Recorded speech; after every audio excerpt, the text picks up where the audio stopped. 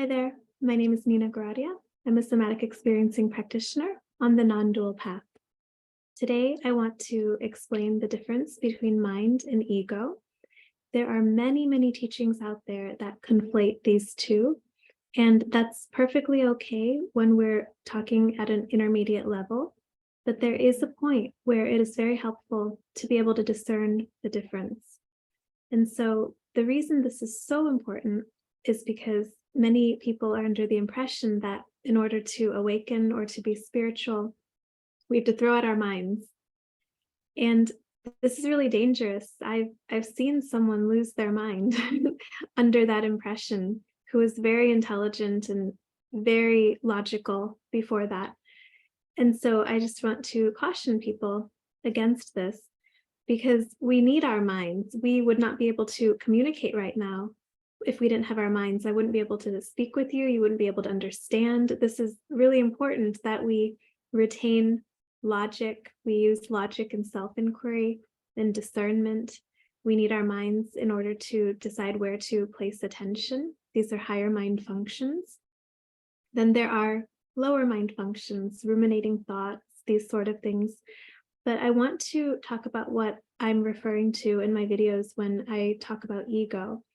In some of my older videos as well, I used the two terms interchangeably, but I was teaching at an intermediate level, so it doesn't affect the point of the lessons in those videos. But then I did start to use the words deliberately as I was teaching beyond that. And I want to explain what I'm referring to when I speak about ego in these videos. Ego, it's not a separate entity. It's mental activity that identifies, that resists, and that desires. So this mental activity of identification, thinking I am the one who is thinking I am the thinker, thinking I am these concepts that I have about myself. These are abstractions, and I'm then defining myself based on these abstract thoughts. But I can't be a thought. The ego is a thought. Who I think I am is a thought.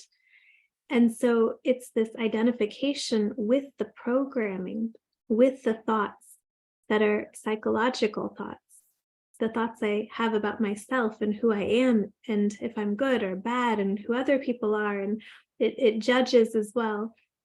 It's evaluating if things are good or bad and if I want them.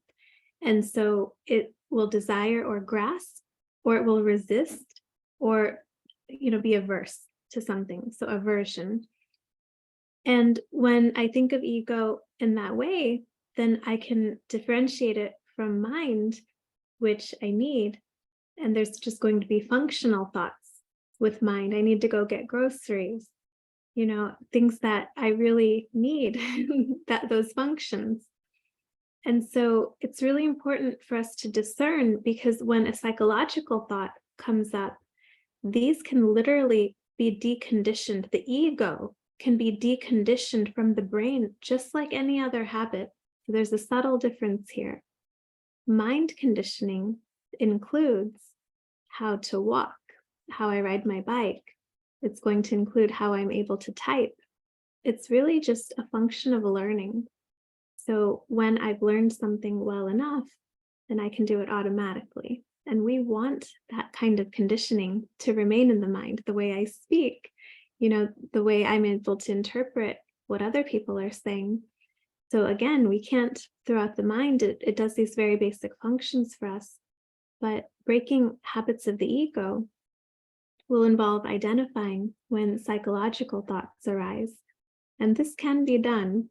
What we do is we learn how to shift attention away from these thoughts when they arise.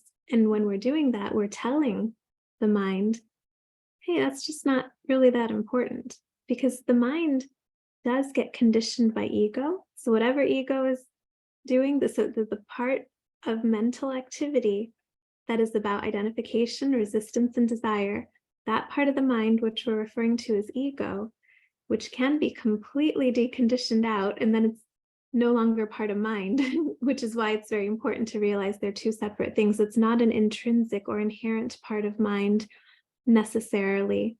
forever. Most people do have it, and it gets developed as we develop, but there is a way you can completely decondition it.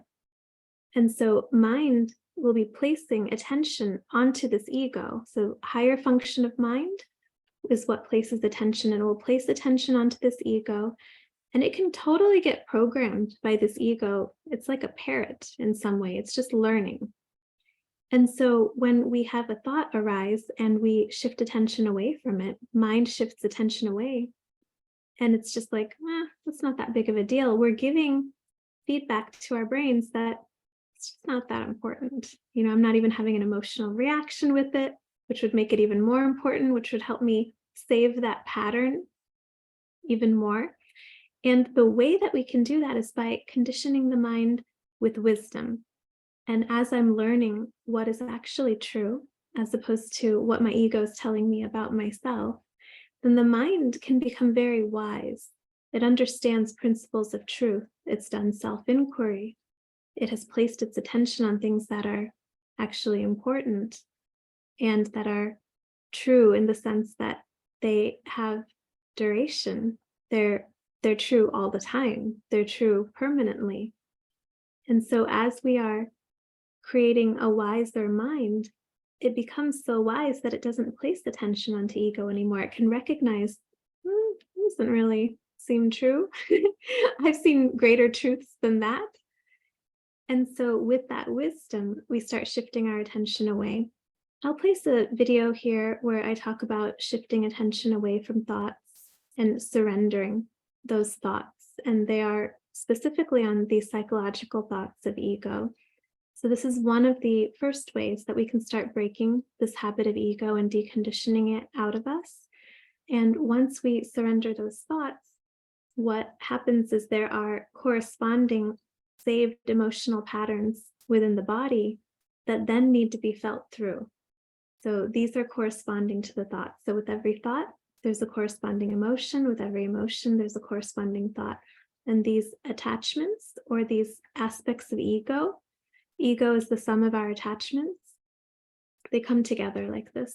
So we start here, and then as we are not buying in, it can't keep creating this saved pattern anymore. So the saved pattern doesn't have a corresponding aspect. It's going to come up. The moment you're not believing a thought anymore, you might feel a release. Sometimes it takes a while because it might be layered under other beliefs and other thoughts.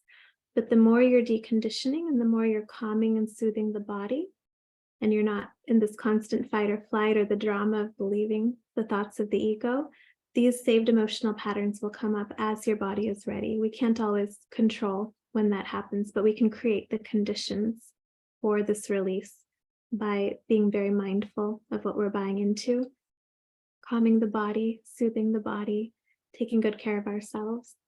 So as those emotional patterns arise, that will free us from the remainder of the attachment. And if you did this with everything in your life, then you could decondition your ego completely out of you.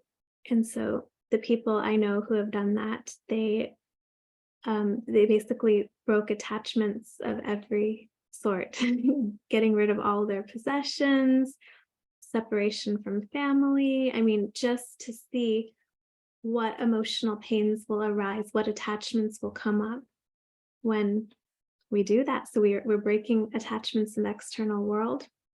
And then we have to feel the corresponding internal attachments, how we saved those attachments. So as you do that, you can fully decondition ego out of you. And my teacher Ryan is an example of this, where he says you just don't need it. He can function great without it, just using mind and of course intuition and the aspects that become more available to us as we're not making decisions from egoic places. You're making decisions from higher places, from a higher vantage point. And then you can have all those things back in your life and you're just not attached to them. So it's not like you have to do that forever. You just need some space from your attachments enough to feel what arises, feel that through. And then there's no saved pattern remaining. And so things can come back in our lives, but when we have greater self-awareness, when we have self-realization, we know who we are, we're not really going to attach, we're not going to reattach to those things. The attachments happened out of our unknowing, out of our ignorance when we were younger and we didn't know. And so this is just a very basic introduction for how we can decondition ego and what is the difference between mind and ego. I hope this helped clarify. And for me, this clarification made all the difference when reading several of these spiritual books I have back here. Many teachers, including Ramana Maharshi, would conflate these terms, not because he didn't know, of course he knew, but he's teaching beginners. And that's how a lot of these teachers are speaking. So, but once you know what these two are, whatever word is being used in these spiritual lectures or texts, you will start to know which one they're actually pointing to. And it's just helped so much in clarifying how to read these texts and get the most out of them. So I hope this helps. I will link here a playlist called Somatic Freedom that I have several videos, a collection of them that expand more on some of this and how you can break attachments, understanding the difference between psychological ego, somatic ego. So there's so many videos that I would recommend that you watch because they all explain aspects of this. So it's really a collection of videos together will give enough information on how to move forward. So I recommend that playlist. I hope this was helpful for you. I'd love to hear what you thought. I'll see you next time. Take care.